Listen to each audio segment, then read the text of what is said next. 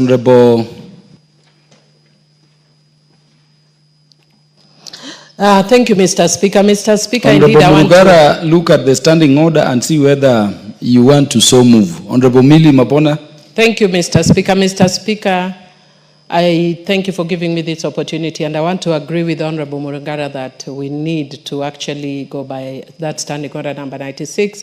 The reason being, I was actually, unfortunately, because I'm multitasking in this era of technology, I was trying to look at the schedules to the Constitution, whether how the tribes are defined.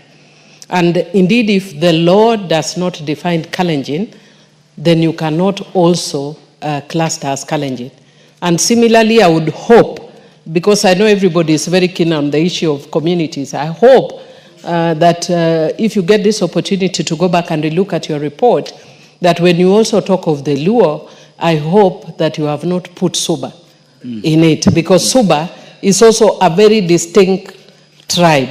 So that when you put Luos as very high, and then Subas have got nothing. Mr. Speaker, I'm actually lucky because I'm half Suba and half Luo. Suba is a Bantu tribe. Luo is Nilotic. So when you actually put them, lump them together, Mr. Speaker, and then you say Luos have this much, then you might actually end up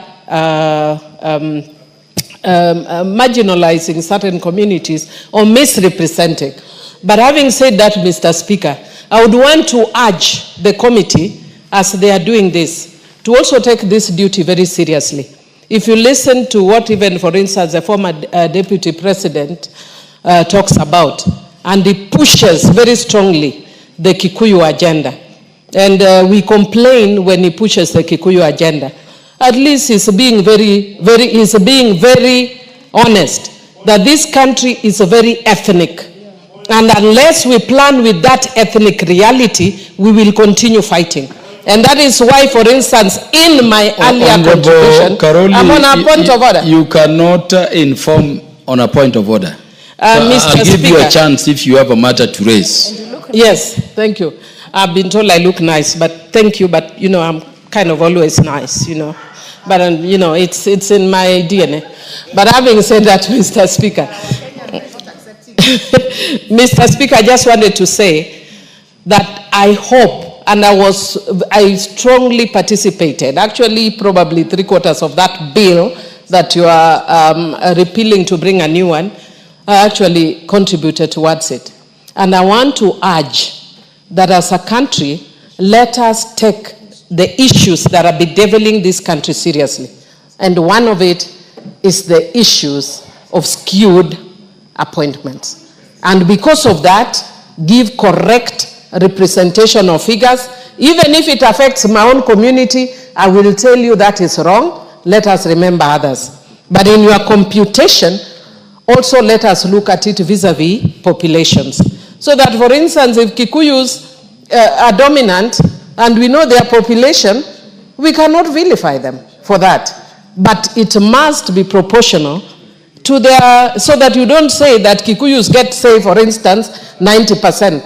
What is the rest of the country? 10%.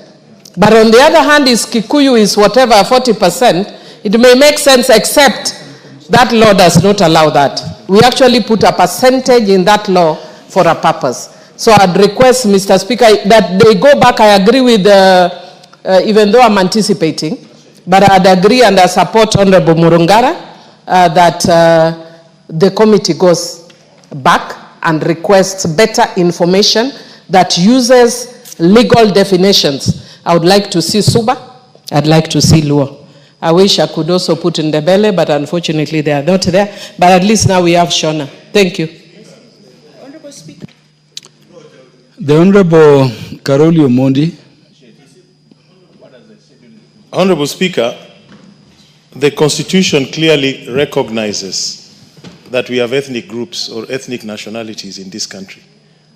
We may argue about who they are or what their names are, but that recognition is there, and we all understand what ethnic grouping is, whether we use